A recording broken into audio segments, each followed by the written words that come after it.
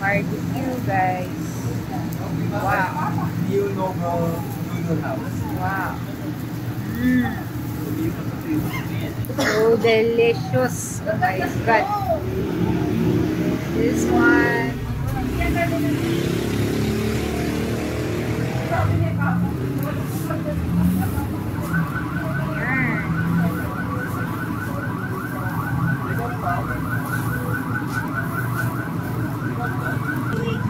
This is chives, guys.